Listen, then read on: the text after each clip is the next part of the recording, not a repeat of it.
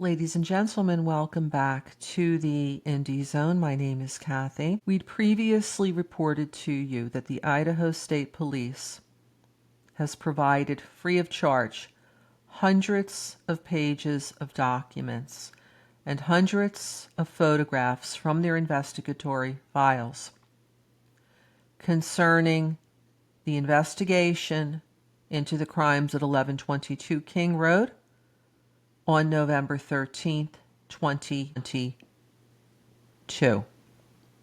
There's one that is, I believe, very important. It is a narrative that was written by Idaho State Police Detective Victoria Gooch. It's 10 pages long, and it addresses her interview with DM that occurred on November 17th, 2022, along with Sergeant Dustin Blaker, and states here under the summary narrative that DM was interviewed at her residence in Boise and that the interview was conducted with DM's attorney present via computer audio visual. Said attorney was in Moscow, Latah County, Idaho. The next paragraph describes the fact that this interview was audio recorded by Detective Gooch. The first point that I would like to highlight for you is the time that this occurred. 4 days after the crimes.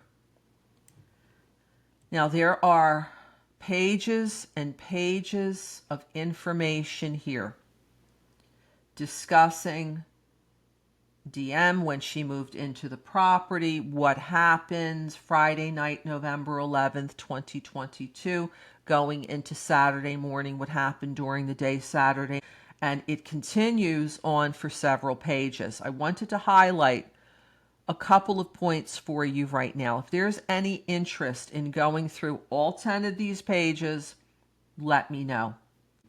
First, at paragraphs 22 through approximately 29, we learn here that DM left 1122 King Road at approximately 10:30 p.m. on Saturday night, that when she left the house, Kaylee was still inside with one of her friends,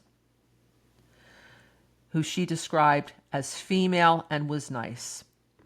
Next paragraph 24, after leaving the house, she saw Maddie. And then going into 25, 26, 27, 28, describes interactions with Xana, first over the telephone, wanting to meet up, and then apparently meeting up, paragraph 25, with Xana and Ethan. And I think that this information is important because there was, in my opinion, some ambiguity as to Ethan and Xana's whereabouts on the evening of Saturday, November 12th, going into Sunday morning, and their arrival back at 1122 King Road. So this appears to provide some clarification by DM that she was with Ethan and Xana and where they were. And then going down further on to paragraph 92, page 9. It says here, blank brought up the name, and the name is redacted, but she mispronounced his last name during the interview as someone that she and the others believed might be involved.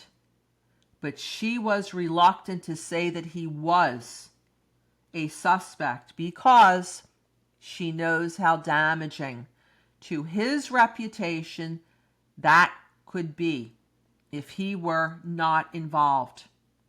She advised.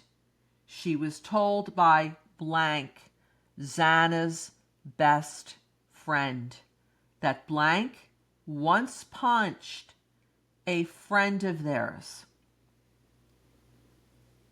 in the stomach last year, but she did not know the circumstances as to why.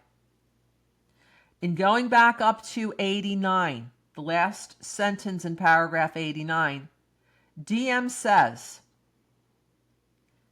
with respect to the suspect, it could have been someone who was in the house last year when the other girls were living in the house, because he appeared in the sentence right before to have known the layout of the house. And then finally, if we go down to 94, in a lot of these reports, law enforcement have asked the witness or the suspect that they're speaking to if they would be willing to provide some DNA. In some cases, they willingly did. In others, they didn't. Here we see paragraph 94, DM offered her DNA, and it was taken. So a couple of points here.